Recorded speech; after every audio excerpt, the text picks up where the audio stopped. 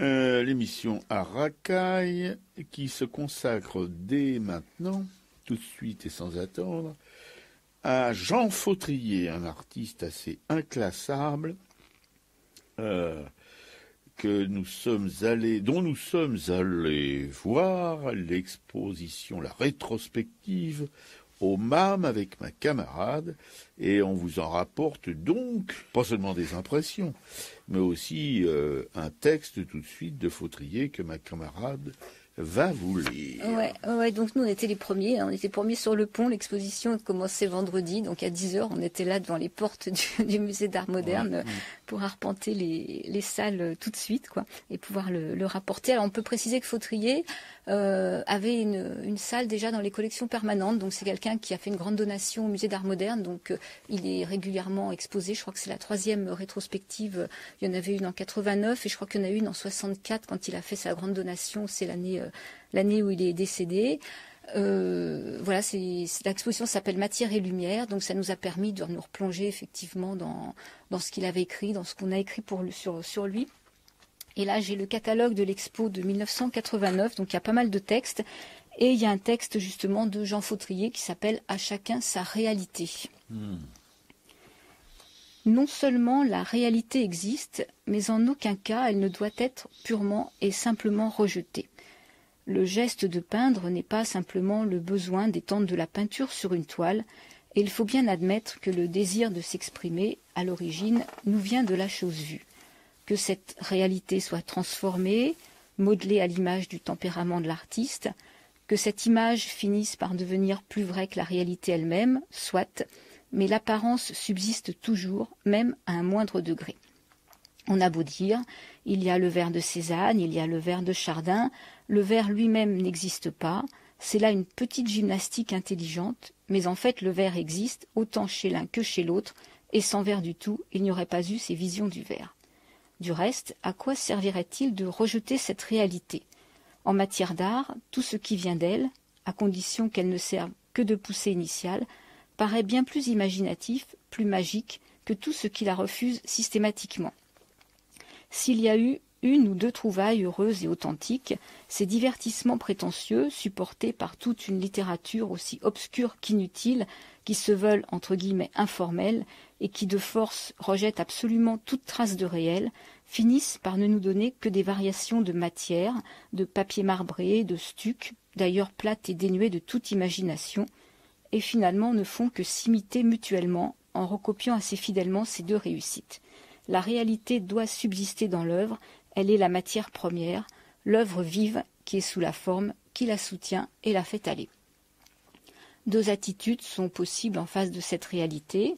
Opposées et même s'excluant en apparence, elles se rejoignent finalement et atteignent par des démarches inverses la même fin. L'une suit la réalité, la côtoie sans cesse, l'autre la rejette et veut à tout prix l'ignorer. On peut en effet s'abandonner, non sans quelque arrière-pensée cependant, à l'impulsion de la chose vue et ressentie. Le réel est la poussée initiale, il donne le branle à tout ce qui va s'en suivre. Il n'y a plus qu'à se laisser aller. Ce qui compte est le besoin de peindre, c'est-à-dire d'éprouver une émotion et de l'exprimer. Mais on peut aussi n'accepter que ce qui n'a aucune réalité, aucune attache avec un réel abhorré, et toutes les combinaisons épuisées se retrouver tout près de ce que les premiers ont atteint par les voies les plus naturelles. L'irréalité d'un informel absolu n'apporte rien, jeu gratuit, aucune forme d'art ne peut donner d'émotion s'il ne s'y mêle une part de réel. Si infime qu'elle soit, si impalpable, cette allusion, cette parcelle irréductible est comme la clé de l'œuvre. Elle la rend lisible, elle en éclaire le sens, elle ouvre sa réalité profonde, essentielle à la sensibilité qui est l'intelligence véritable. On ne fait jamais que réinventer ce qui est, restituer en nuances d'émotion la réalité qui s'est incorporée à la matière, à la forme, à la couleur, produit de l'instant, changé en ce qui ne change plus. Oui, magnifique. Pas du tout obscur, hein, contrairement à ce qu'on pourrait imaginer quand on voit sa peinture, qui est effectivement, qui n'est pas du tout une peinture abstraite. On peut y discerner avec de l'attention, évidemment, pas en passant à toute vitesse devant les cimaises, mais on peut y discerner effectivement une trace de réalité. Si infime soit-elle, elle existe. Et c'est ça, oui, comme il l'écrit, qui fait exister l'œuvre, enfin, la sensibilité. un peu aussi, moi, c'est pas du tout les mêmes démarches ni les mêmes réalisations qu'avec Bram van Velde, mais il y a quand même quelque chose qui les lie, c'est-à-dire que Bram van Velde aussi dans ses peintures qu'on peut considérer abstraites ne sont pas abstraites. On peut toujours y trouver une trace de la réalité, voilà, c'est ça. Il avait lui aussi il faisait lui aussi complètement confiance à l'émotion et pas du tout à l'intellect. Voilà, c'est ça qui peut un petit peu les relier, sauf que l'un, Bram van Velde, était misérable presque toute sa vie, alors que Fautrier, lui, il a eu des périodes fastes et des périodes moins fastes, mais pas dues à son œuvre, mais dues aux circonstances, comme par exemple en 1900, quand il y a eu le krach boursier américain de 1929, et bien évidemment, comme aujourd'hui, avec la guerre du Golfe et tout ça, si vous voulez, la cote des peintres, etc. Il y en a plein qui se sont effondrés, et des peintres qui jouissaient de certains conforts matériels et moraux se sont retrouvés, comme chaume-du, voilà, avec des demandeurs de thunes à l'État, voilà. Non, c'est quand même quelque chose d'assez étonnant comme parcours, et puis comme discours, et puis comme travail. Ouais, alors c'est vrai que Fautrier s'est quand même pas mal exprimé par écrit. Le problème, c'est que comme il est quand même passé un peu à la trappe, malgré tout, c'est difficile de retrouver ses écrits. Il y a Jean Paulhan qui a écrit un bouquin Fautrier, l'enragé. Alors, il y a un petit film qui a été fait par Philippe Baraduc, un petit film de 15 minutes qu'on peut voir dans l'exposition. Mais il y a surtout ce bouquin de Jean Paulhan. Et effectivement, moi, j'ai pas pu l'avoir en bibliothèque. Je m'y suis prise trop tard pour le faire venir de la réserve centrale. Et dans ce texte, en fait, au départ, Jean Paulhan devait faire une préface pour une exposition. Finalement, il en a fait un essai. Et il parlera beaucoup de la virtuosité de Fautrier. Il y a tout un débat sur la virtuosité. Et après, il y a même une lettre dans le catalogue de l'expo où Fautrier lui répond qu'est-ce que la virtuosité. Enfin, c'est intéressant tous ces points de vue. Et dans ce petit film, c'est pareil, il discute. On le voit en train de discuter avec Jean Paulhan dans son salon. Alors, on a l'impression d'être hors du temps. On est en 64. Effectivement, on se demande où on est, quoi. Oui, et puis j'aime beaucoup parce qu'il y a un moment où Fautrier contrarie Paulhan. Paulhan lui dit, t'es d'accord avec ce que je viens de dire? Parce qu'il s'écoutait un peu parler quand même, Paulhan. Et Fautrier dit, pas du tout. Non, il y a... Non. Ah bon?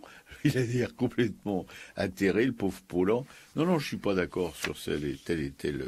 Voilà, je vais pas vous détailler la chose, mais bon, c'est quelqu'un quand même... Et puis il a un physique qui est quand même assez ascétique, assez ça. Et quand il dit non, c'est non. Hein. Ouais, c'est ça. Il est curieux. Il a un regard un peu par au-dessus ses sourcils. Ouais. Là, il met pas forcément très à l'aise. Quoi. Non, pas du tout. Il est très mince. C'est un peu anguleux. C'est très bizarre. Enfin, quand on découvre sa peinture, on l'imagine pas forcément comme ça, même dans sa façon de s'exprimer. Enfin, Oui. Sauf que sa peinture, je trouve quand même que, d'une certaine manière, elle lui ressemble pas physiquement, mais elle est quand même ressemblante dans ce qu'il exprime, quoi, verbalement ou par ses écrits. C'est quelqu'un de vraiment qui dit lui-même que la peinture l'ennuie et que voilà, il faut que ça se fasse vite. Hein. C'est tout le contraire. Enfin. Je peux pas m'empêcher de mettre en parallèle Bram van Velde. Lui, Bram van Velde, avant que ça sorte, ça pouvait mettre des mois. Et puis, une fois que c'était sorti, ça pouvait être des mois encore avant que ça ressorte, ou même des années. Et chez Fautrier, lui, il fallait pas que ça dure trop longtemps, quelques heures maximum, et encore, c'était vraiment les choses les plus... Je parle de sa seconde période, je parle pas de sa première période figurative. Ma camarade vous en parlera avec probablement plus intelligemment que moi, parce que moi, je suis pas vraiment emballé par sa première période. Pas non plus complètement désespéré de l'avoir regardé. Il y a des choses passionnantes. Mais bon, bref. Voilà, c'est curieux parce que vraiment, il affirme à plusieurs reprises, la peinture m'ennuie. Et ça, j'adore ça. Ouais, Ouais, c'est vrai, quand on lui demande de quel peintre il aime, il dit qu'il aime certains peintres, mais peu, et qu'en fait, effectivement, c'est sa peinture qu'il aime, que s'il n'aimait pas sa peinture, il la ferait pas. Bah voilà, c'est ça. Et c'est en même temps une espèce de franchise un peu brutale, mais peu d'artistes sont capables comme lui, ou comme encore une fois le petit Brahms, de dire des choses aussi simplement et aussi quand même offensives, hein, si on peut dire. Celui qui croyait au ciel, celui qui n'y croyait pas, tous deux adoraient la belle, prisonnière des soldats, lequel montait à l'échelle et lequel guettait en bas. Celui qui croyait au ciel, celui qui n'y croyait pas. Qu'importe comment s'appelle cette clarté sur leurs pas, qu'un fût de la chapelle et l'autre s'y déroba.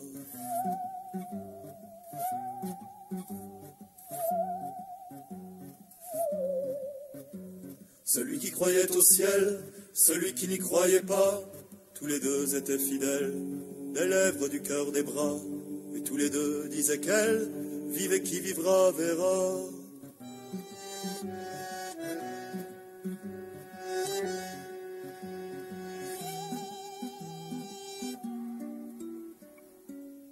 Celui qui croyait au ciel, celui qui n'y croyait pas, quand les blés sont sous la grêle, faut qu'il fait le délicat, faut qu'il songe à ses querelles, au cœur du commun combat.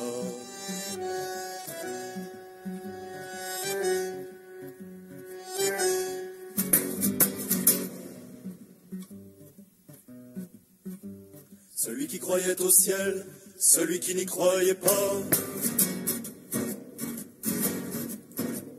du haut de la citadelle,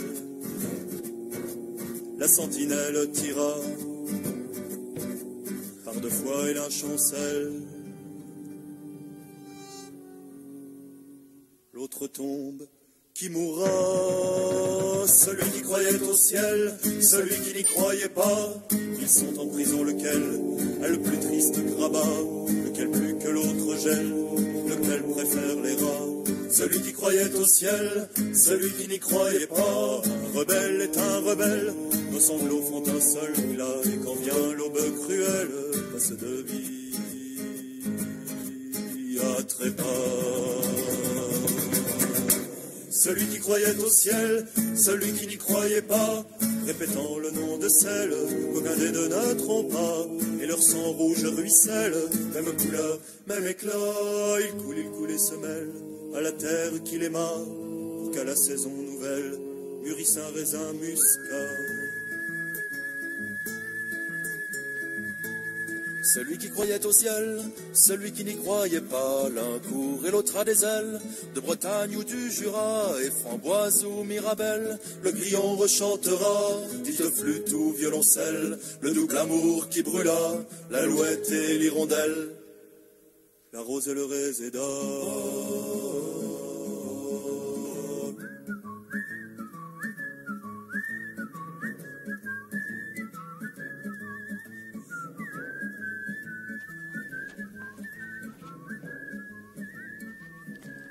Voilà, c'est la rose et le réséda interprété par la Tordue. Donc c'est un poème d'Aragon qu'on a choisi. Là, on n'a pas encore eu le temps de parler de Fautrier, de sa vie.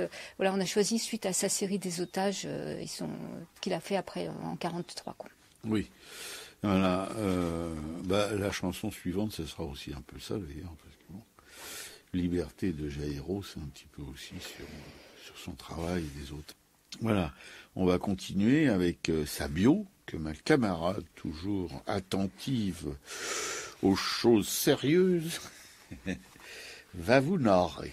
Oui, alors Jean Fautrier, il est d'il y a 2 siècles. Il est né en 1898 de parents béarnais, mais par contre, il est élevé par sa grand-mère, qui est d'origine irlandaise, et sa grand-mère l'adorait.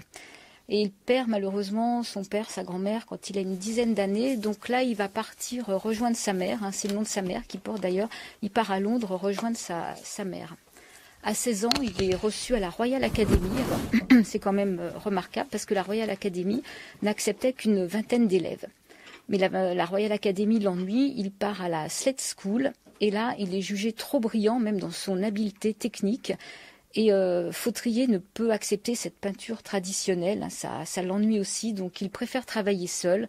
Donc il part fréquenter la Tate Gallery, et là il va découvrir les œuvres de Turner.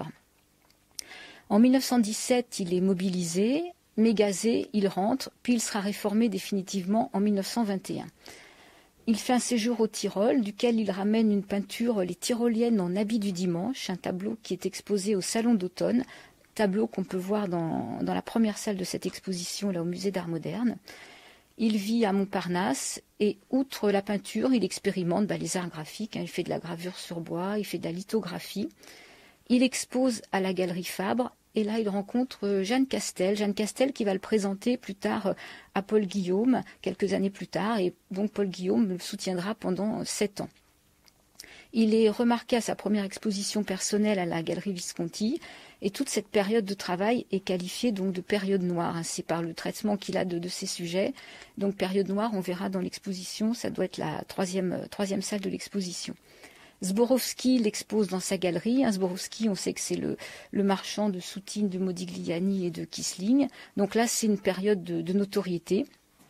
Il travaille dans l'ancien atelier de Gromer rue de Lambre. Et il passe après un été à Porquerolles. Et là, de son été à Porquerolles, il va un petit peu changer sa palette. Sa palette va s'éclaircir, probablement due à la lumière du sud. André Malraux, qu'il a rencontré chez Jeanne Castel, lui propose d'illustrer un texte de son choix. Et il se décide pour L'Enfer de Dante. Donc après signature du contrat chez Gallimard, on est en 1930, les planches seront ensuite jugées impubliables parce qu'elles déconcertent par leur nouveauté, par leur graphisme. Donc c'est un projet qui est abandonné en 1944-1945. Seule une série est conservée. En 1929, ce que disait Robert tout à l'heure, donc c'est la crise économique qui frappe le marché de l'art et qui frappe donc les jeunes artistes. Fautrier, donc un des premiers, est touché. Il expose pour la dernière fois en 1931 au Salon des Tuileries et au Salon d'automne. Comme il n'a plus d'argent, démuni, il s'arrête de peindre et il part pour Tignes, où là il devient moniteur de ski et il ouvre une boîte qui s'appelle La Grande Ourse à Val d'Isère. Et après il partira pour Marseille, Aix, Bordeaux. En 1940, il est de retour à Paris. Il est hébergé chez Jeanne Castel, c'est rue du Cirque, et là il renoue avec la peinture. L'année suivante, il est toujours sur Paris. Il a un atelier 216 boulevard Raspail. Et c'est là qu'il rencontre et avec lesquels il se lie. Donc Paulan, René Char, Ganzo, Francis Ponche, Paul Éluard, dont il illustrera leurs œuvres. En 1943, il est arrêté par la Gestapo. Puis il sera relâché. Et là, il s'installe à Châtenay-Malabry, où il vivra et retravaillera jusqu'à la fin de sa vie. Alors, je pense qu'il est arrêté par la Gestapo de par ses fréquentations d'artistes engagés. Ouais, voilà. Et c'est là, dans son jardin à Châtenay-Malabry, qu'il entend justement des otages ou des résistants que les Allemands fusillent, d'où va naître sa série, donc après des otages. Donc là, c'est une rupture dans son travail, qui était un travail plus figuratif, donc il abandonne complètement ce figuratif, et là il peint, mais il sculpte aussi donc sa série d'otages qui sera exposée à la galerie de Rouen en 1945 avec un texte de Jean Paulin. D'ailleurs, on peut dire que ces otages, justement, c'est aussi un peu comme de la sculpture, quoi, parce que c'est du gros... Ouais, par la matière. Ouais, tout à fait. Mais ce travail, en fait, sur les otages n'est pas très bien reçu par le public, justement, tant par cette facture épaisse à la truelle que par le choix des couleurs, en fait, qui sont jugées aussi trop douces. Mm-hmm. C'est Malraux qui critiquera tout ce travail. Voilà. Donc, à cette occasion, Jean Paulhan publie Fautrier l'enragé, et Fautrier donc travaille à l'illustration de ce livre. Alors donc c'est dans cet ouvrage que vous êtes à l'heure que Paulhan va évoquer la virtuosité de Fautrier, qui lui fera une réponse sur ce qu'est est-ce qu'un artiste est virtuose, est-ce que c'est nécessaire, voilà, donc il fait toute une réponse à ça. Et il a une compagne avec laquelle il a 2 enfants, et là, pour gagner de l'argent un peu plus facilement, en fait, ils vont mettre au point un procédé de reproduction d'œuvres d'art. C'est une technique des originaux multiples, donc qui permet d'acquérir de l'art à un coût abordable. J'ai eu un peu de mal à comprendre ce que c'était exactement, quand même, cette technique. C'est un nom savant, mais matériellement, je n'arrive pas trop à visualiser comment il travaillait, quoi. En fait, cette technique ne fonctionnera pas, c'est un échec. Donc, toute sa partie artistique de cette époque-là va se nommer l'art informel. C'est Michel Tapier qui va un peu théoriser tout ça. Il va ensuite faire des séries d'objets dans les années 50, après des partisans, après l'invasion de la Hongrie par les soviétiques. De nombreux auteurs préfacent ses bouquins d'exposition ou écrivent sur lui, Michel Ragon, Francis Ponge, André Verdet, Bucarelli. Bucarelli, c'est un livre italien, en fait, Peinture et matière. Alors là, c'est une analyse très pointue de toute sa technique et de ses matériaux. Il y a Restani aussi qui va écrire sur Fautrier, et il y a beaucoup d'expositions organisées à l'étranger. Donc c'est quand même une période faste. Voilà. Philippe Baraduc donc tourne le petit film dont on parlait tout à l'heure, Fautrier l'enragé, donc ce dialogue avec Jean Paulhan, on le voit même à la fin travailler dans son atelier. Et en 1964, en fait, Fautrier fait une donation au musée de Sceaux et au musée d'art moderne de Paris, qui organise donc la première grande rétrospective de son œuvre. Mais il est gravement malade, il est menacé d'expulsion. Il travaille à la préparation de cette expo, mais il meurt avant l'ouverture de celle-ci, en fait le 21 juillet 1964. Ouais. Donc voilà la bio de Fautrier. Ouais. Ben justement, à propos de ce que tu viens de dire, quelque chose là, qui me rappelait une anecdote.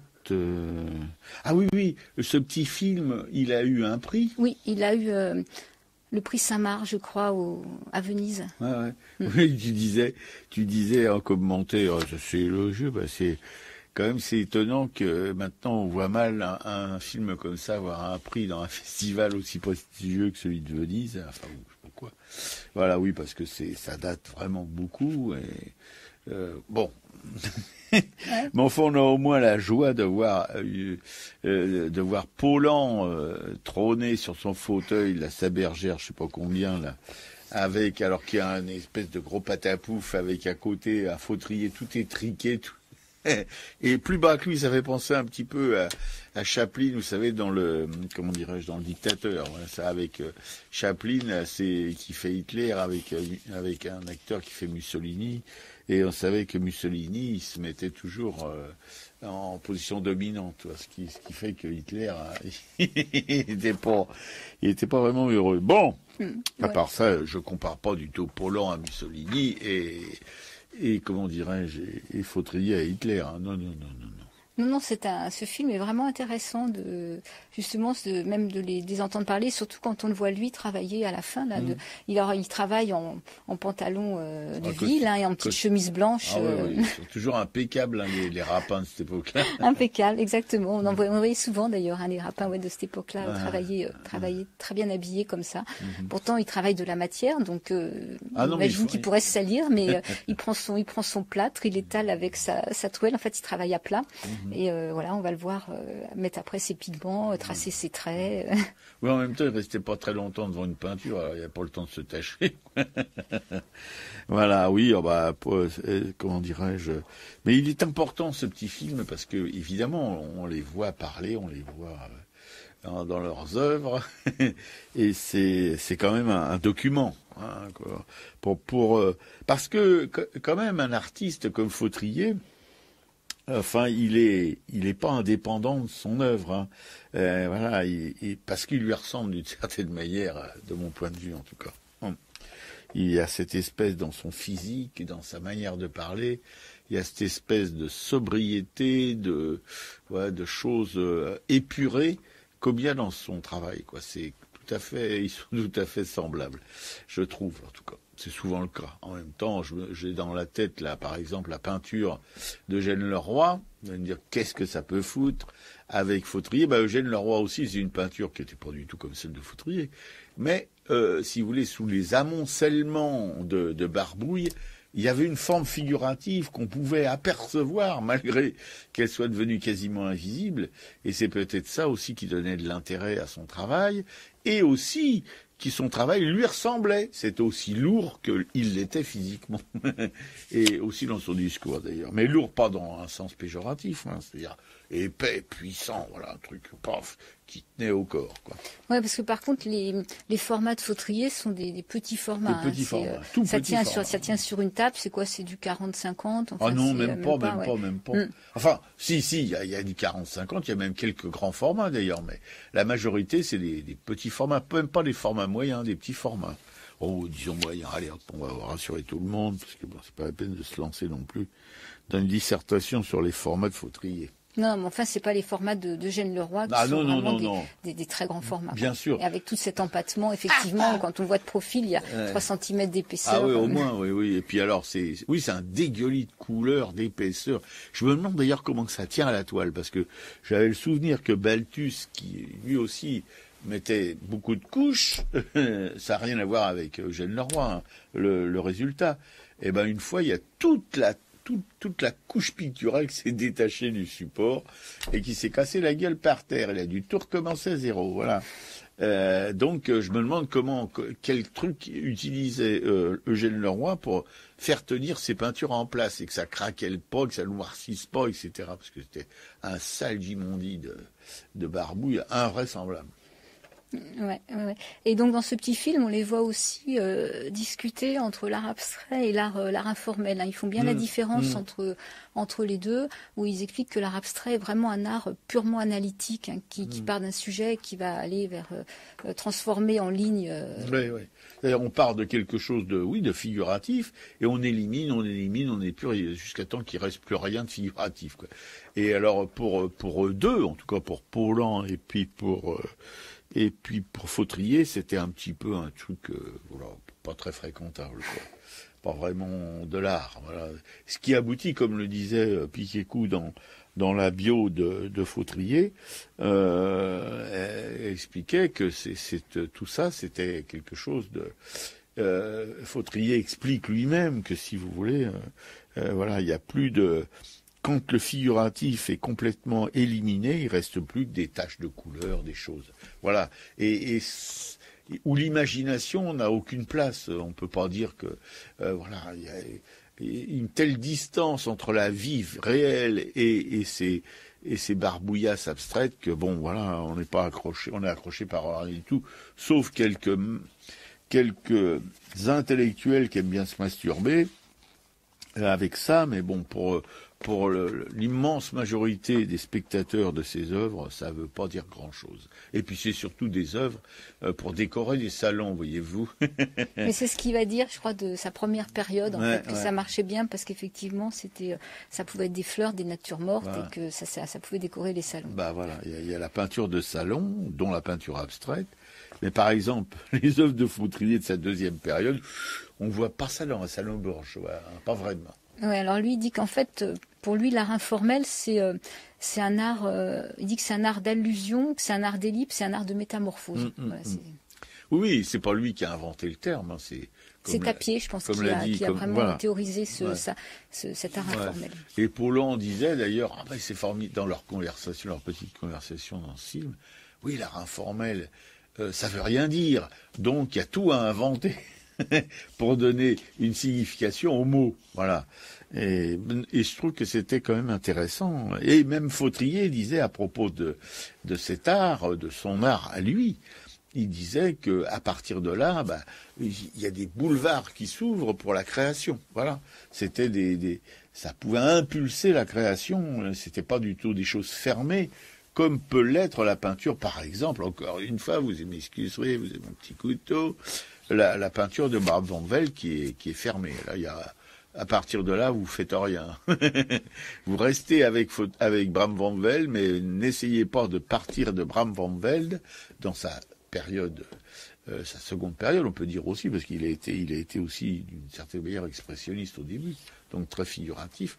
Mais là, alors que Fautrier, ça ouvre des boulevards à la création, je crois.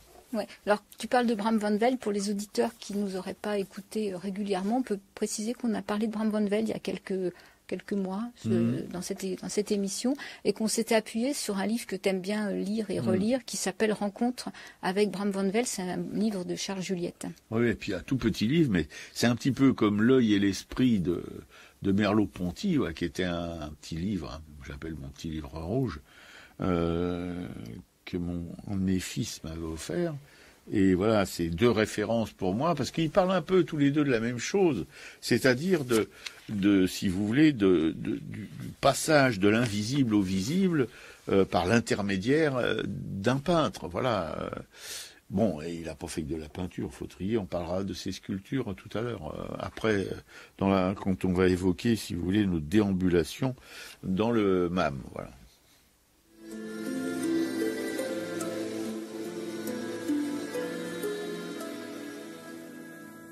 sur mes cahiers d'écolier, sur mon pupitre les arbres, sur le sable, sur la neige, j'écris ton nom sur toutes les pages lues, sur toutes les pages blanches, pierre sans papier ou cendre, j'écris ton nom sur les images dorées, sur les armes des guerriers, sur la couronne des rois, j'écris ton nom sur la jungle et le désert, sur le lit, sur les genêts, sur l'écho de mon enfance, j'écris ton nom.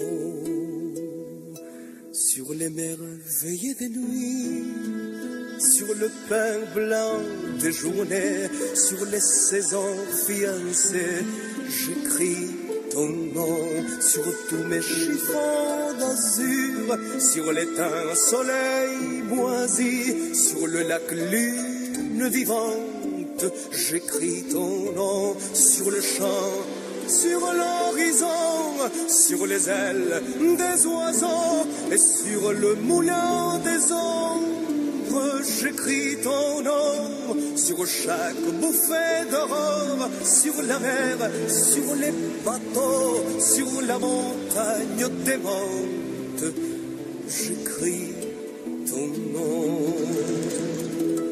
Sur la lampe qui s'allume, sur la lampe qui s'éteint, sur mes maisons réunies, j'écris ton nom sur le fruit coupé en deux du miroir et de ma chambre, sur mon lit coquille vide, j'écris ton nom sur mon chien gourmand et tendre, sur ses oreilles tressées, sur sa patte maladroite, j'écris ton nom sur toute chair accordée, sur le front de mes amis, sur chaque main qui se tend, j'écris ton nom sur la vitre des surprises, sur les lèvres attentives, bien au-dessus du silence, j'écris ton nom sur l'absence sans désir, sur la solitude nue, sur les marches de la mort, j'écris ton nom sur la santé revenue, sur le risque disparu, sur l'espoir sans souvenir, j'écris ton nom et par le pouvoir d'un mot, je recommence ma vie, je suis né pour te connaître, pour te nommer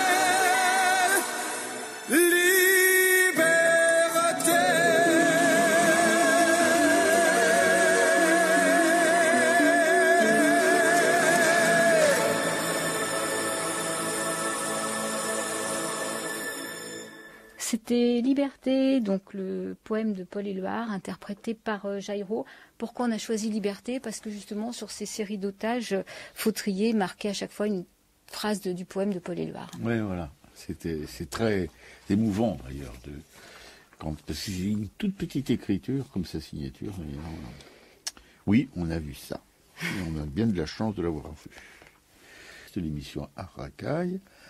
Et qui cause dans le poste de Jean Fautrier, un espèce de météorite dans le ciel de l'histoire de l'art, de la création plastique, toujours encore aujourd'hui, je pense pas qu'on ait été au-delà de ce qu'il avait fait, ou de ce qu'il a fait, mais qu'il a quand même ouvert des portes nombreuses, et même des fenêtres, pour les autres générations d'artistes, qui peuvent, si vous voulez, à partir de Fautrier,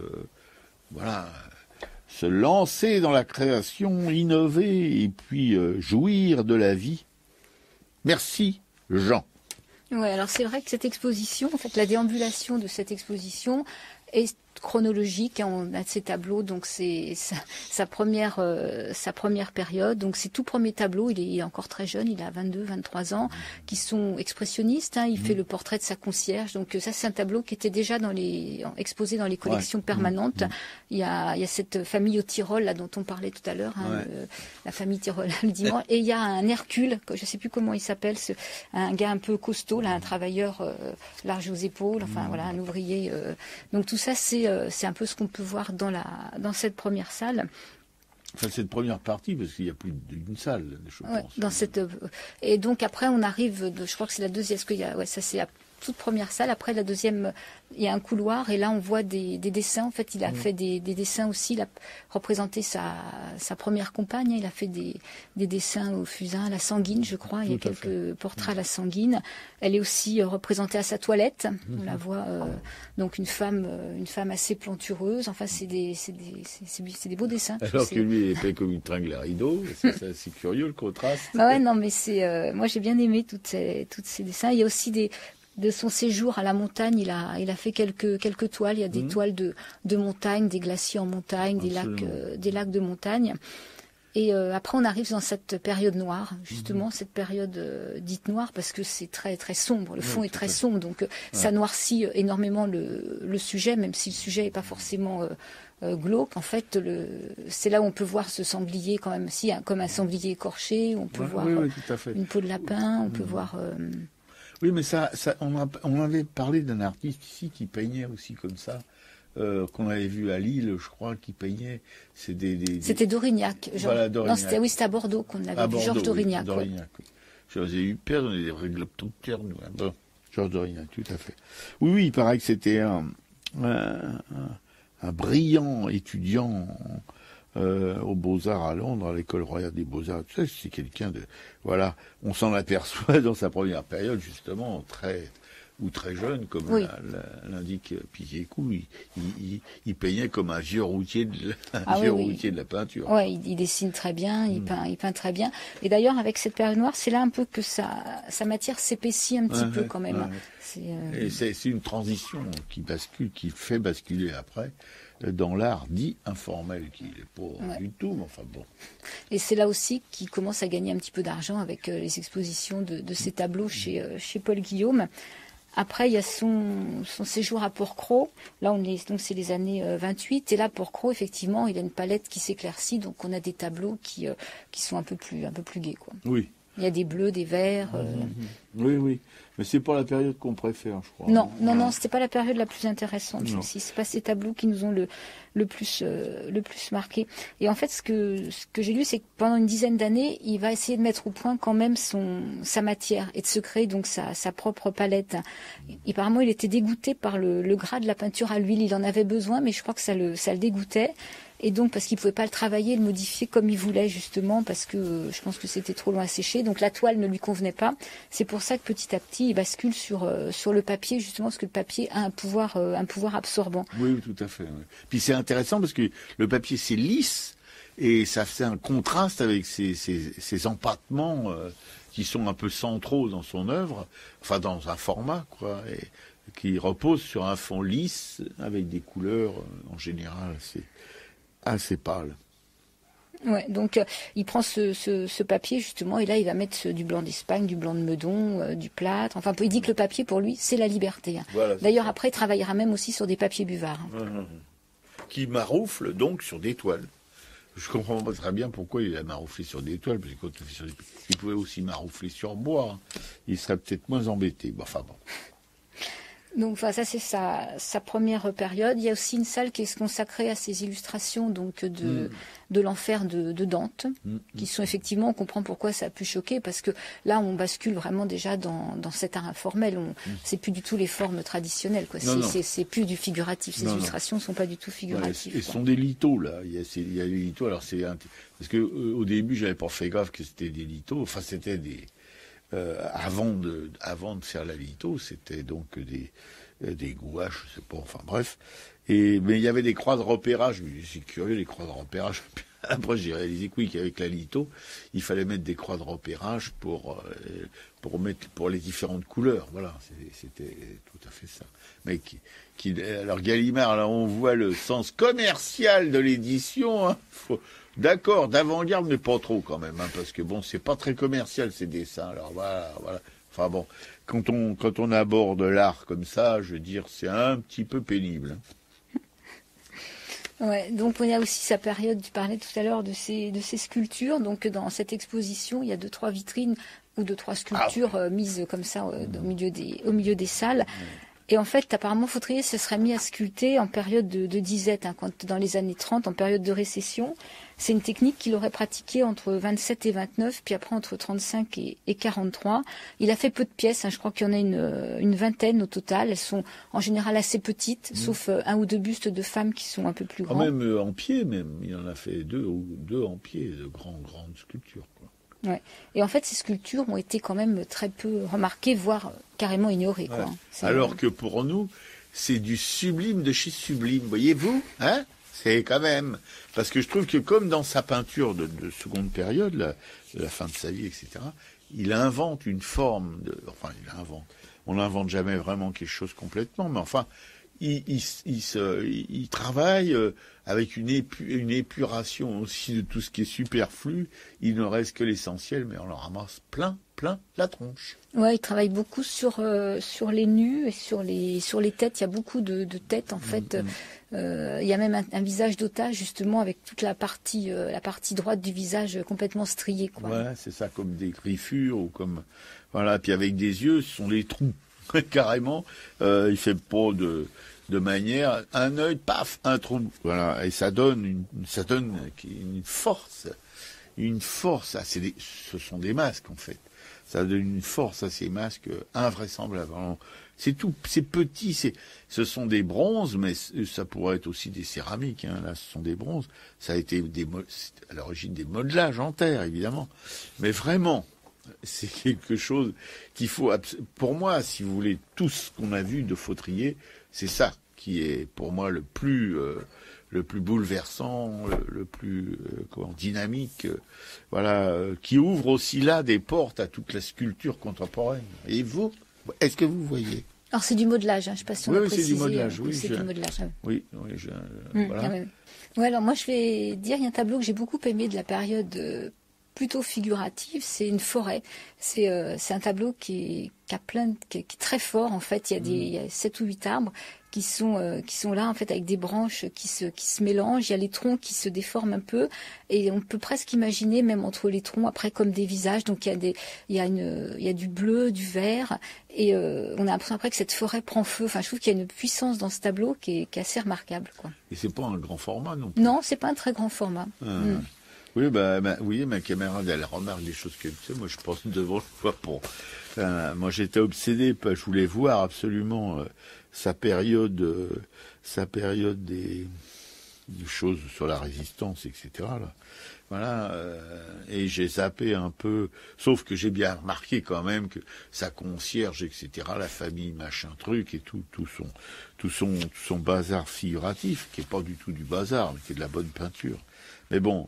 Mais c'est de la bonne peinture qu'on a vue un peu partout, quoi. Donc, par contre, sa période otage et compagnie, alors là, c'est beaucoup plus rare de voir des choses comme ça. À part lui, j'en ai jamais vu. Ouais. D'ailleurs, même lui, hein, sa première partie de travail le renie un petit peu. Déjà, il y a une période où il a détruit beaucoup de tableaux. Et là, il va trouver que cette peinture est plutôt mauvaise. Enfin, il dit c'est la bonne peinture, mais elle n'a rien d'extraordinaire. Voilà. Donc, il la minimise énormément, quoi. C'est une peinture que tout le monde...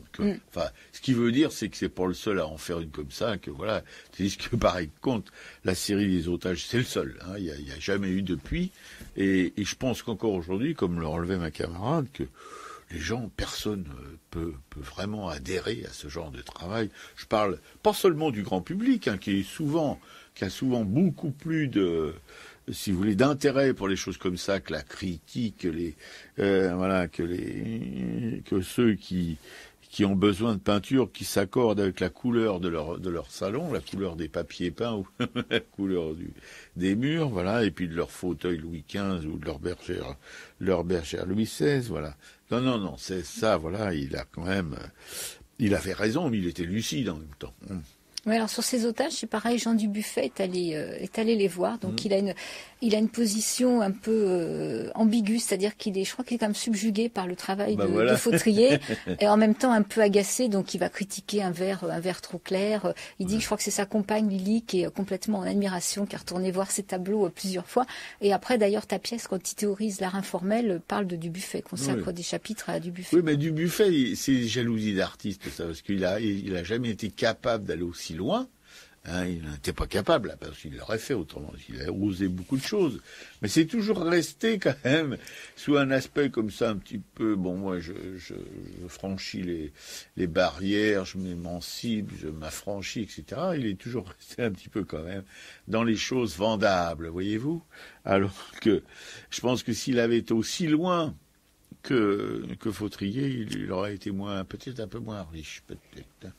Ouais, non, enfin bon, voilà, on sent évidemment toujours dans les réticences d'artistes connus vis-à-vis de leurs confrères comme quelque chose qui ressemble plus à une chose de plus prosaïque qui s'appelle la jalousie, quoi. Ouais.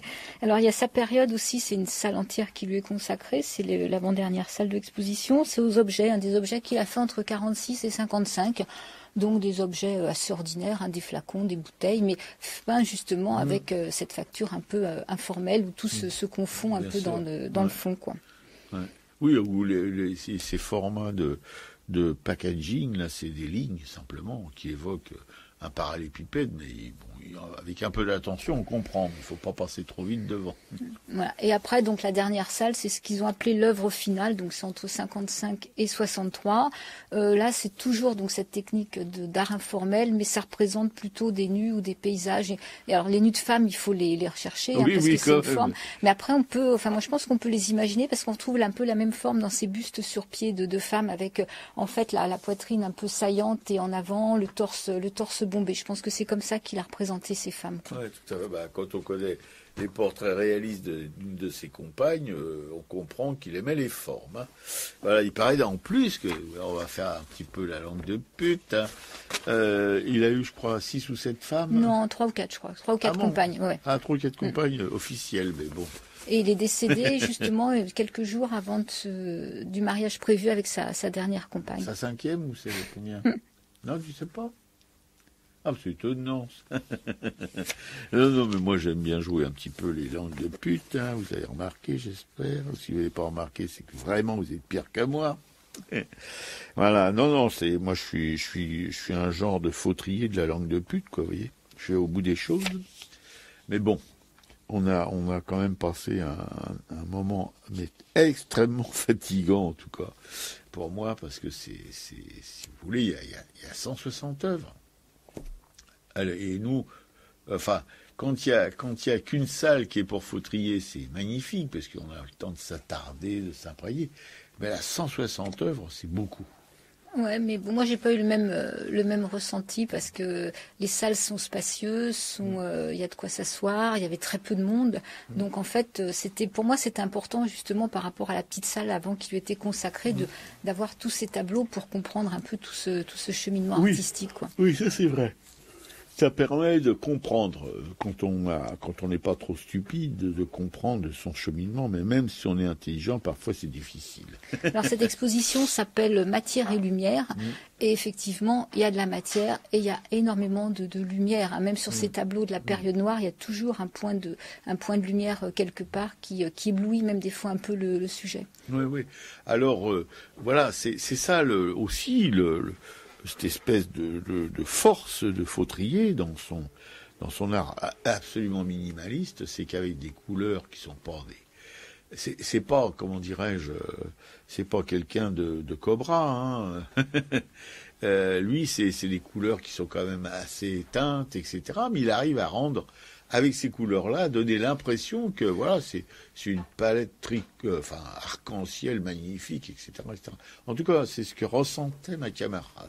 Moi, je l'ai moins ressenti qu'elle, mais elle est toujours tellement plus enthousiaste que moi quand on va dans des expos que bon, voilà, je pense que son jugement est bien plus proche de la réalité que le mien, qui est assez loin de ce qu'il a vu, puisque je suis contraint probablement par tellement de choses que j'ai dans la tête à propos de l'art que j'arrive plus à discerner le réel de l'irréel, le bien du mal, la couleur de la non-couleur. Oui, il y avait un tableau justement de cette période noire, il y avait des bouquets de fleurs, là c'était un bouquet de roses je crois, donc qui était présenté à l'horizontale, donc il y avait toutes les tiges des fleurs avec les bouquets, les corolles sur la gauche, et là je me dis mais là on sent que son art va basculer parce que ça commençait déjà, la forme se perdait, donc comme il parlait sur ce besoin de réalité, on sentait la réalité mais on sentait aussi que ça restait derrière, quoi, qu'on en partait, quoi. Oui, la réalité elle était encore un peu présente, mais elle le sera toujours, plus ou moins, mais voilà, il y a des périodes où elle est vraiment si ténue qu'il faut faire un réel effort pour la retrouver. Voilà, c'est un peu comme la vérité. Hein. Souvent, il faut faire des gros efforts pour la trouver, la vérité, dans tout ce qui se passe, dans tout ce qu'on raconte, dans tout ce qu'on voit, dans tout ce qu'on entend. Voilà, c'est quand même pas simple. Donc je pense qu'on a fait à peu près le tour de tout ce qu'on a vu. Maintenant, c'est aux auditeurs d'aller découvrir par eux-mêmes. Hein. Oui, notre boulot, nous, c'est de vous donner l'envie d'y aller. Parce que faire le tour, ça semble quand même difficile, hein, même avec toute la bonne volonté qu'on a et tout le travail que peut faire ma camarade à ce sujet-là. C'est simplement vous donner l'envie de vous bouger un peu, hein. Bon, parce vous pouvez trouver plein de choses sur le net ou dans les livres d'art et tout ça, mais c'est pas la même chose que d'être confronté à l'œuvre, mais à la vraie œuvre, œuvre. Ouais, parce que même sur des bons catalogues, là, comme celui de 89, les œuvres qu'on a pu voir des visus dans le musée, on voit pas du tout la même chose, quoi. Ben non, parce que là, il n'y a pas la matière. Bah ouais, il n'y a pas la matière, il n'y a pas la lumière, il n'y a pas tout ce qui fait que c'est différent, quoi. Voilà, c'est ça. Et puis en même temps aussi, puisque, si vous voulez, dans les salles, il y a une relation quand même assez forte entre les œuvres exposées. Elles se tutoient, elles dialoguent, etc., etc. Alors, elles vous invitent à participer ou elles vous rejettent. Ça, on n'y peut rien. Nous, on peut pas, vous donner une clé pour rentrer dans le jeu. Mais voilà, si vous voulez, enfin, en tout cas, si l'exposition est bien faite, si le commissaire de l'exposition est compétent, est sensible, etc., il joue avec les œuvres qu'il accroche, de manière à ce qu'elles puissent avoir entre elles, si vous voulez, un espèce d'entretien. Voilà, une espèce de papotage permanent. Ah, t'as vu la gueule du mec qui nous regarde, là, dis donc, là. Non, c'est plus sérieux, quand même. Non, puis il y a du recul, donc c'est bien. Moi, j'aimais bien regarder les œuvres à 1 mètre, 1,50 m, et après me mettre complètement en retrait et faire un tour de la salle comme ça, panoramique, et c'est encore autre chose, et c'est là qu'on voit justement toute cette lumière jaillissante d'un peu partout, quoi, de toutes les œuvres. Oui, absolument. Et le musée d'art moderne, une fois de plus, c'est un lieu convivial, puisque ils ont pensé, c'est rare dans les musées, de plus en plus rare, ou ça a toujours été rare, je ne sais pas, de mettre des sièges de manière à ce qu'on puisse s'asseoir pour regarder ou se reposer tout simplement, ou regarder les œuvres, parce que si vous devez marcher pendant plus d'1 heure, tournicoter dans l'accrochage, pour certains, dont je fais partie, voilà, on peut éprouver un besoin de se poser pour un petit peu récupérer.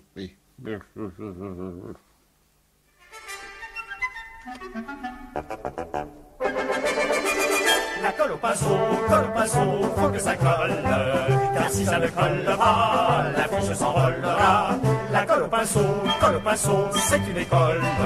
Si tu n'es qu'un sot, tu n'en as qu'un sot, et pas de pinceau. Coller des affiches, c'est un métier de riche, car il ne faut pas être chiche. Mais de la farine, jamais de l'ésine, car nous on n'est pas des cuistots.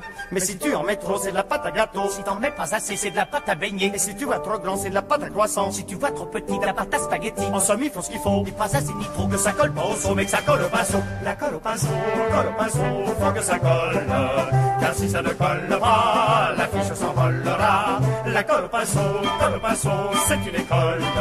Si tu n'es qu'un son, tu n'auras qu'un son et pas de pinceau. Les mots qu'on imprime sont toujours sublimes. Oh non, ce n'est pas de la frime. Mais les mots s'envolent, il faut de la colle. Ou s'il n'y est pas des grumeaux. Car à peine décollé, la fiche est envolée. Et tout ce qu'il y a dessus, c'est perdu, c'est fichu. Le papier va par terre et les paroles en l'air. Tout ce qui était promis, c'est tombé dans l'oubli. Décollé, déchiré, piétiné, balayé, tout ça pour des grumeaux dans la colle au pinceau. La colle au pinceau, faut que ça colle. Car si ça ne colle pas, le monde s'écroulera. La colle au pinceau, c'est un symbole. C'est comme un flambeau, c'est comme un rameau, c'est comme un drapeau. La colle au pinceau, y a rien de plus beau que la colle, que la colle, que la colle, que la colle, que la colle au pinceau. La colle au pinceau, pinceau. Voilà, la colle au pinceau par les frères Jacques. Oui. Voilà, donc sur Radio Soupente, l'émission Aracaille, maintenant le culturel de la semaine. Alors, une lecture que j'ai pas terminée, c'est Désorientale, un livre de Negar Javadi, une autrice iranienne, un livre que j'ai lu il y a déjà quelques années, qui est sorti il y a 3-4 ans et que je suis en train de reprendre. C'est une belle écriture. Cette femme raconte elle remonte à 3 générations au-dessus d'elle, comment elle nous fait voyager dans l'Iran, un Iran traditionnel, puis l'Iran de Khomeini. Et en fait, c'est une fresque assez magique et assez intéressante, justement, sur toute la mémoire et l'identité de son pays. Voilà, donc je suis en train de lire et c'est vraiment avec plaisir que je le redécouvre. Tu nous en reparleras quand tu l'auras. Je pourrais en reparler, j'en suis à la moitié, c'est vraiment intéressant. Elle raconte, elle est arrivée à Paris quand elle a eu 10 ans, au moment de l'arrivée de Khomeini, et elle a tous ses souvenirs de toute sa famille, parce qu'effectivement son arrière-grand-mère est née dans un harem, et il y a toute cette histoire autour des yeux bleus. Il y a une partie des Iraniens qui ont des yeux très clairs, et donc elle est descendante de son père avait aussi les yeux bleus. C'était très important, les bleus de la mer Caspienne, comme elle dit. Et elle, en fait, elle arrive à Paris et va faire des études de cinéma et va être dans le rock. Enfin voilà, donc c'est la modernité. Elle est dans cette modernité, mais elle a vraiment cette tradition au-dessus d'elle avec comment on vivait en Iran traditionnellement, les familles, les frères, les sœurs, les oncles, voilà, toute cette mémoire. Bien, j'ai hâte d'en entendre plus. Hein. Et pour ma petite part, j'ai vu 2 films, dont celui qui m'a inspiré mon presse-papier, très gai, Le temps de la désobéissance, sur justement les prémices et l'accomplissement de la rafle du Veldiv en juillet 1942. Sur un poste de police, un commissariat, principalement, où des policiers, dont le commissaire chargé des résidents étrangers, en fait, essayent au maximum de sauver, si vous voulez, des réfugiés juifs en France. Parce que dans un premier temps, on arrêtait les juifs des juifs de confession... les juifs européens de l'Est, et puis après c'était tout le monde, quoi, les juifs français, etc.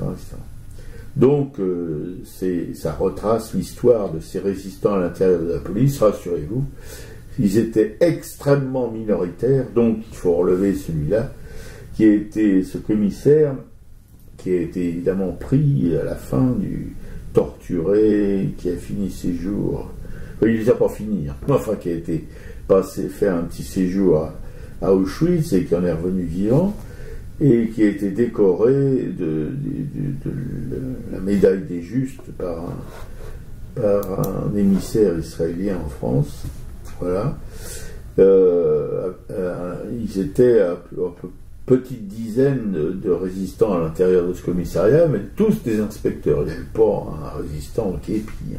Quoique ça existe aussi, des policiers en tenue, des policiers qui font la circulation, qui étaient mobilisés là pour ratisser toutes les juifs de Paris, ou de province, hein, parce que ça se passe à Nancy. Vous voyez, alors, voilà, bon. Et comment dirais-je, voilà, ça retrace un petit peu, si vous voulez, cette magnifique histoire de sauvetage. Il a quand même sauvé plus de 300 juifs lorrains, voilà, c'est quand même pas rien. La Gestapo, tout ça, devait espérer avoir la totalité des juifs de Nancy. Ils en ont eu que 300 et quelques, ils ont piqué que 37, 33 ou 37, enfin entre 30 et 40. Alors, ils n'étaient pas contents. Hein. Et puis un autre film très très amusant, encore plus amusant que celui dont je viens de vous parler, qui s'intitule Lidis. C'est le nom d'un village en Tchécoslovaquie, pas loin de Prague, ou peut-être un peu plus loin que je l'imagine. Et c'est l'Oradour-sur-Glane de ce pays, voilà. Et c'est le même principe, sauf que c'était pas des SS en déroute en France, mais c'était des SS en place en Pologne, parce que vous savez que Heydrich, le second d'Himmler, a été assassiné par des résistants tchécoslovaques, et qu'en répression, on a assassiné des centaines d'otages ou d'innocents ramassés dans la rue, et que ce massacre n'a pas eu lieu seulement à Prague, mais dans tout le pays tchécoslovaque, qui s'appelait peut-être pas la Tchécoslovaquie à cette époque-là, je ne me souviens plus. Voilà. Bon, je ne vais pas tartiner là-dessus, mais je pense que pour ceux qui sont costauds, un petit peu costauds, quoi, qui ont une joie de vivre vissée dans la tête, eh ben, ils peuvent le regarder, surtout s'ils sont ignorants de toutes ces atrocités commises sous l'occupation hitlérienne de l'Europe, dont la France, la Lorraine, l'Alsace, tout ce que vous voulez, que voilà. C'était très réjouissant, j'en suis encore tout content. C'était à la télévision ? Ouais, c'est toujours sur YouTube. À la télévision, c'est enfin pour ceux qui ont des ordinateurs qui fonctionnent bien, comme les miens, eh bien, ils peuvent vraiment s'instruire pas seulement sur les massacres dont j'évoque le souvenir, mais sur plein d'histoires. Hier soir, je regardais un documentaire sur le père de Gaulle, là, qui était assez réjouissant. C'était un vrai spectacle. Mais bon, de Gaulle n'était pas franchement réjouissant quand même. Hein. Voilà. Du pinacle à la chute, c'est-à-dire après mai 68, en 69, il a fait un référendum en prévenant que si le référendum lui disait non, et ben il s'est tiré le soir même du dépouillement du référendum, il a plié armes et bagages direction Colombey. Voilà, c'était pas... Lui, il disait ce qu'il disait aussi. Ça changeait un peu, à cette époque-là, des politiciens de la 4e, et puis après de ceux de la 5e. Voilà, parce que c'est lui qui est à l'origine de la 5e République, mais voilà, ses suiveurs ne sont pas vraiment dans le coup. Oui, cette 5e République est quand même une constitution présidentielle et qu'il faudrait peut-être commencer à changer si on veut un peu mettre une pédale de frein sur tous les dérapages de nos présidents. Ouais, probablement que c'était nécessaire, parce qu'on se souvient que la 4e République, c'était vraiment un panier de crabes. Mais la 5e, eh ben, à part lui, qui était quand même assez, on pourrait dire quand même, pas intellectuellement peut-être, mais qui était quand même assez honnête, il a jamais, comment dirais-je, piqué dans la caisse, loin de là. Par contre, il a eu des ministres qui l'ont fait avec un certain entrain. Et oui, voilà, mais depuis, si vous voulez, depuis lui, parce qu'il a fait une constitution pour lui, apparemment, il n'a pas pensé que il n'y avait pas que des De Gaulle en France, hein. Il y avait vraiment des crapules. Je vous dis, même quand il était chef d'État, il y a eu des ministres qui ont trempé on se souvient des Chalandonnettes, etc., de son ministre du Logement. Bon, on passe, voilà. tout ça, mais c'était intéressant quand même de voir ce moment de l'histoire de France, avec le Québec libre et compagnie, avec aussi son désengagement. Il a viré quand même les ricains. Il y a en France, il y a je ne sais plus combien de dizaines de bases militaires américaines. Il les a tous virés. Alors ils faisaient la gueule, les Américains. Et puis il s'est désengagé de l'organisation de l'OTAN, parce qu'il disait que l'OTAN, c'était encore les Américains qui étaient à la manœuvre, et lui, il les avait vraiment dans le pif. Hein. Bon. Mais c'est réjouissant quand même, parce que quand, comme nous, on n'est pas trop pro-américains, voilà, comme vous le savez, depuis la fin de la guerre, se sont payés la Corée, après avoir foutu 2 bombes atomiques sur le Japon. Après, c'était la Corée, après, c'était le Vietnam, après, ça a été l'Afghanistan, ça a été l'Irak, ça a été. On ne peut pas dire que ça ne soit pas des fouteurs de guerre. Hein.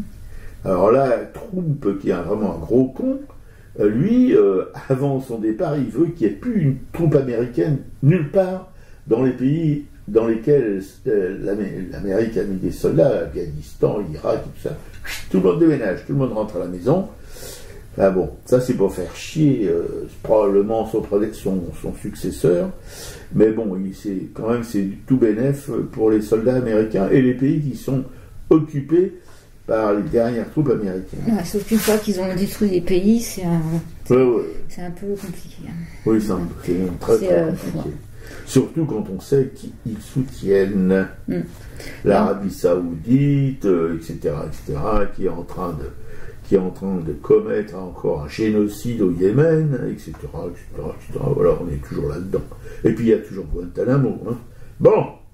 Ouais, et là, il est en train d'essayer de faire basculer. C'est ça, le Sénat, il manque de postes pour que Biden ne puisse pas trop faire passer ses mesures. Quoi. Il y a une élection, actuellement, il y a une élection dans l'Oregon ou en Géorgie, je crois. Je crois que c'est en Géorgie, ouais. Ouais, et il y a 2 postes de sénateurs. Si jamais les démocrates les récupèrent pas, ils vont être emmerdés par le Sénat pendant toute la mandature de Biden. Quoi. Et après, parce que bon... Surtout que Trump, il a remplacé, si vous voulez, des juges de la Cour suprême. Il y en a 2 ou 3 qu'il a remplacé en tout cas. Et la Cour suprême, et la majorité des juges, 6 sur 9, je crois, est républicaine. Et puis la dernière en liste, elle est pas mal. Elle a l'air costaud, celle-là. Ouais. Voilà, moi j'ai vu sur Arte, c'était un documentaire qui est passé en prime time, moi je l'ai vu en replay, qui s'appelle Petite fille. Donc c'est un documentaire de Sébastien Lifsicht et ça m'a bouleversée. C'est un documentaire c'est l'histoire de Sacha. Sacha, c'est un petit garçon. Et en fait, depuis 3 ans, ce petit garçon se vit vraiment comme une petite fille. C'est une petite fille emprisonnée dans un corps de garçon. Et ce film, pendant 1 an, donc entre les 7 et 8 ans de Sacha, va suivre toute cette famille. C'est une famille qui a 4 enfants. Donc Sacha arrive est le 3e de la fratrie. Il y a une grande sœur qui a 15-16 ans, un garçon qui doit avoir à peu près 12 ans. Sacha, puis après, il y a un petit garçon qui arrive après.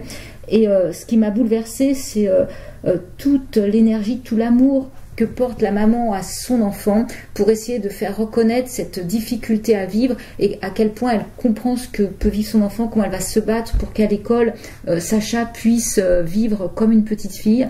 Et donc c'est filmé avec beaucoup de pudeur, avec beaucoup de finesse.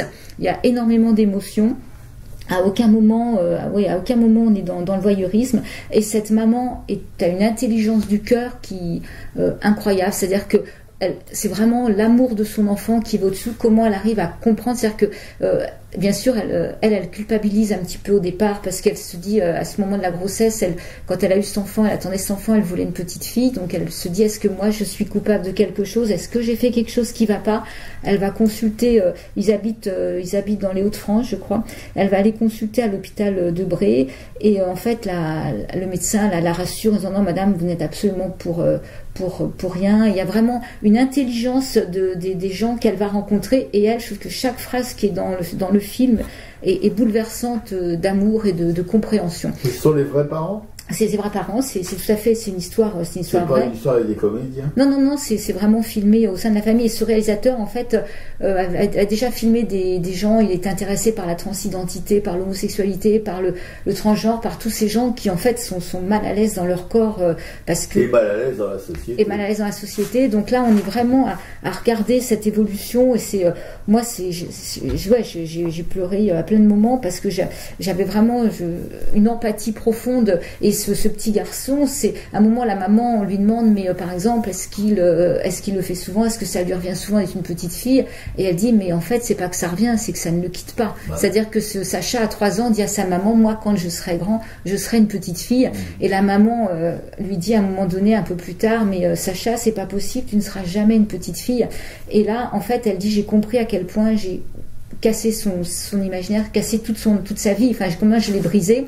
Et donc en fait elle va faire en sorte de pouvoir travailler là-dessus, à obtenir même un certificat médical pour qu'à l'école on comprenne qui est Sacha exactement, que c'est pas comme ça un caprice de parents, un caprice d'enfant. Donc toute cette difficulté à vivre quand on est un petit garçon, qu'on se sent petite fille, qu'on a envie de s'habiller en petite fille. Et donc dans le film on va voir comment Sacha finalement va pouvoir s'habiller en petite fille, aller à l'école en robe. Enfin c'est vraiment bouleversant. Et après le film donc s'arrête, Sacha a 8 ans. Les questions qui vont se poser, c'est les questions qui vont arriver après à l'adolescence, quand la puberté va arriver, comment la psychologue va travailler sur est-ce qu'on fait un traitement hormonal pour bloquer cette puberté de garçon. Vraiment, c'est un film absolument magnifique, quoi. Bien. Voilà. Plus gai que les biens. Voilà, donc on a fait un peu le tour de l'actualité culturelle. Tu fais les salutations à nos amis. Oui, alors nos amis, comme d'habitude, c'est la partie la plus tranquille, la plus joyeuse de cette émission, à part notre camarade artiste. Hein. Salut à nos amanches, Claude et André. Enfin André, on salue surtout parce que ça va pas du tout. Karine de Montigny, Marie-Christine de Pugeot dans le Gard, une graveuse. Karine, c'est une artiste. Peinte, si on peut dire ça comme ça. Enfin, elle fait beaucoup de barbouille en tout cas. Claude et William, nos potes de Brest, qui sont au jus de pas mal de questions. Jean-Paul Souvraz, un peintre de Coups de Carbranche, banlieue de Dunkerque, mais un peintre de Schnorr, vital comme le Nord. Claudine, une amie à ma camarade Piqueco, qui fricote avec l'histoire de l'art. Jean Peluzzi, qui nous envoie souvent des images ou des choses, des pièces jointes qui sont assez amusantes, pas toujours, mais souvent, parce que des fois c'est moins drôle la vie que les cartoons rigolos. Corinne, notre tapissière préférée, qui nous a gâtés pour Noël, alors que je déteste les cadeaux de Noël, mais enfin bon, venant de Corinne, je peux tout accepter.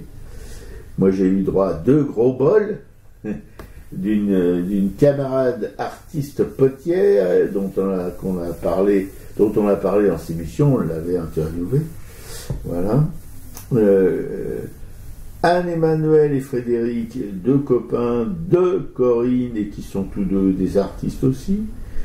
Et Joël, la Arlésienne du Caire, qui est repartie au Caire. J'aimerais bien voir ce qu'il fricote au Caire. Bon. Juliette Plante, une graveuse émérite en relégation à Rochefort-sur-Mer. Mais qu'est-ce qu'elle fout là-bas? Je me le demande tout le temps. Clément, graveur, le Van Gogh de la gravure, qui grave sur tout ce qui bouge. Un génie de la gouge. Agnès Dubart, une graveuse aussi, génie, je vais dire génisse. Non. Génie de la gravure aussi, de la gouge, nous quand on l'a connue, elle travaillait sur des plaques d'une matière, comment on appelle ça? Le médium, non? De médium, ouais. Géante. Alors pour tirer, il lui fallait une presse géante, alors qu'elle pèse à 40 kilos tout habillée, il faut la voir. Hein. Thierry Morciot, un graveur qu'on aime beaucoup aussi, on aime beaucoup surtout son travail, puisque lui on ne connaît pas extraordinairement bien, on l'a vu une fois ou deux, une fois je pense, mais enfin qui grave comme savent graver les flahutes, quoi, les gens du Nord. Lui c'est un Belge en plus, voilà, mais de Bruxelles, et il a l'imaginaire justement de tous ces artistes graphiques ou peintres, etc., du Nord, de la Flandre en tout cas.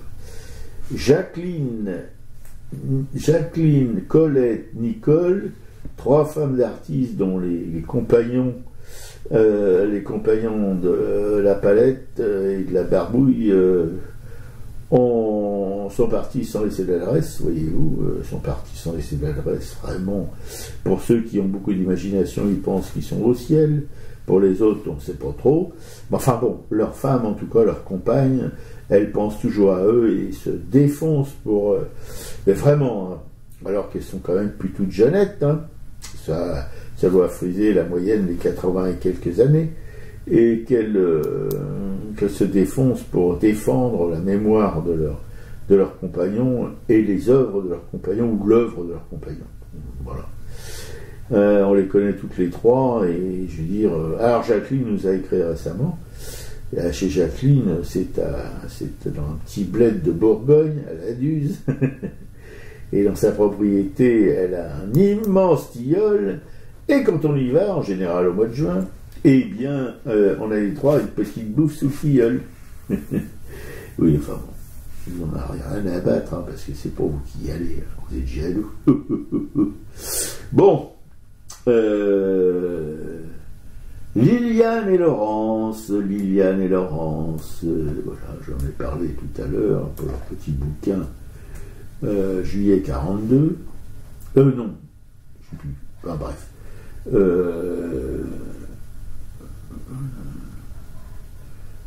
C'était le titre du bouquin, là. Non, moi je l'ai paumé. Bon. Bref, j'ai les absences en fin d'émission. Colette, Jacqueline, Nicole, Liliane et Laurence, deux écrivaines, deux frangines qui écrivent sous le pseudo de Claude Isner. Voilà, des polars pour adultes, mais elles ont écrit un petit bouquin pour les enfants qui parle de Paris en juillet 42, l'année de la rafle, le mois et l'année de la rafle du Veldiv. Voilà, deux petites filles qui ont échappé. J'ai pas fini tout à fait le bouquin parce que ça prend du temps, parce que c'est quand même, c'est très très sympa à lire, très simple à lire. C'est pas vraiment triste parce qu'en fin de compte elles en échappent, les petites. Mais bon, on a toujours quand même, on peut pas lire ça comme une BD, vous voyez, qui parle, je sais pas moi, d'un héros comme Lucky Luke ou tout ça, quoi. C'est autre chose quand même. Hein, bon. Et puis Geneviève, notre sorcière bien-aimée, Michel Pelloual, un artiste émérite, mon ancien voisin du dessus, quand j'étais en dessous, mais maintenant je suis plus en dessous, je suis parti ailleurs. Bon, donc il est resté tout seul au-dessus. Voilà, Marie-Christine et Christophe, deux militants chez Militants.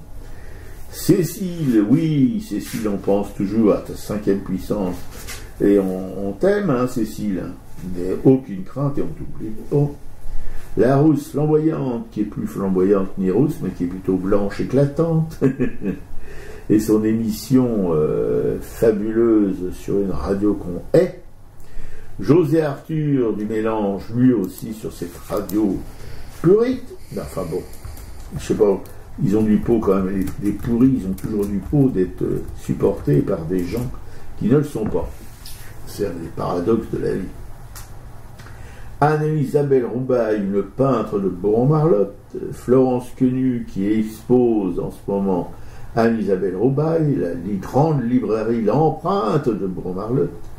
Colette et Alain, des comment dirais-je, des mécènes très mécènes sympas.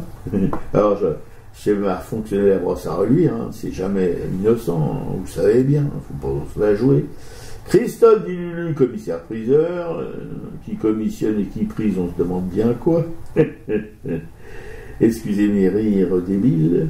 Dominique Paula d'Ardouin, une galériste malheureusement qui s'est malheureusement retirée du circuit des galéristes pour aller rejoindre les plaines du Grand Barbu, voilà. Et ces artistes doivent la regretter amèrement, puisqu'elle en a aidé beaucoup de très jeunes artistes à essayer de faire leur trou dans ce milieu pourri. Pierre, qui c'est ce Pierre, Marie-Pierre, pardon, une mécène aussi, à l'occasion d'Octobre. On lui souhaite un prompt rétablissement, parce qu'elle a eu cette espèce de Covid de merde, et elle s'en est pas trop remise depuis. Marie Degnaud, une galériste vagabonde que nous avons rencontrée lorsqu'elle exposait un artiste vietnamien qui s'appelle Mao. Mao comment? Mao Tolai. Mao Tolai, je m'en souviens jamais. Voilà. Je me souviens surtout que ce jour-là, on a été dans un petit resto assez rigolo. Du temps des restos. Du temps des restos, oui. Ah oui, oui. Il faut voir la tête de Piquet. Quand elle dit ça, on a l'impression que, bon, heureusement qu'il n'y a pas de corde au plafond ici, parce que là, s'il penserait, il n'a pas la tête tout de suite dans le nœud coulant. Vous avez cette émission qui est à l'écoute sur notre blog arracaille.fr. Et tout de suite, on s'est fini avec Mélismel. Faut vivre, les copains, les copines, salut. Salut à tous.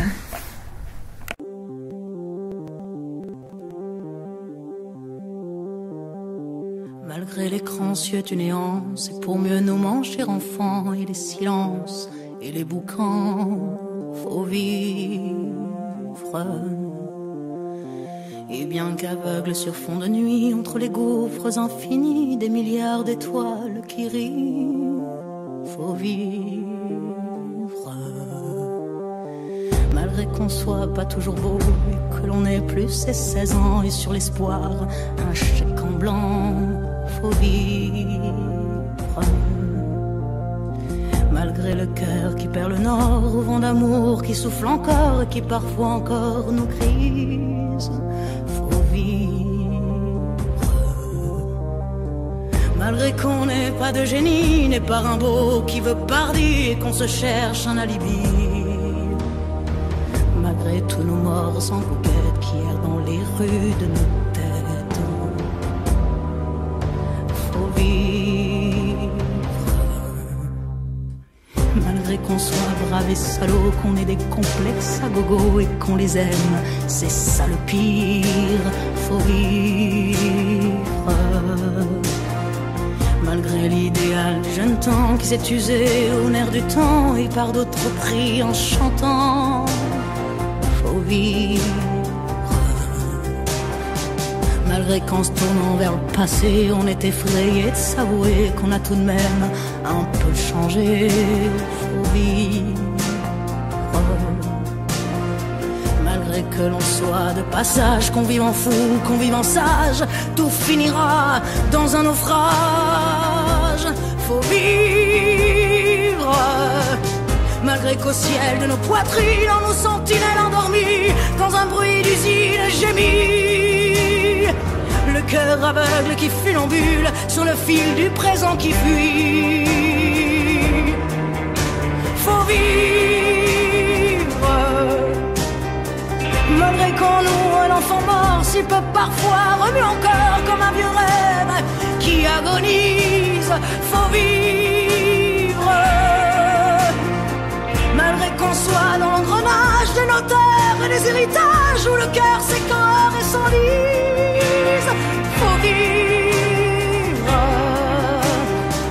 Malgré qu'on fasse de l'humour noir sous l'amour qui nous en fera boire jusqu'à ce qu'ils nous disent au revoir, faut vivre. Malgré qu'à tous les horizons, comme un point d'interrogation, la mort nous regarde d'un œil ivre, faut vivre. Malgré tous nos serments d'amour, tous nos mensonges jour après jour, et bien que l'on n'ait qu'une vie,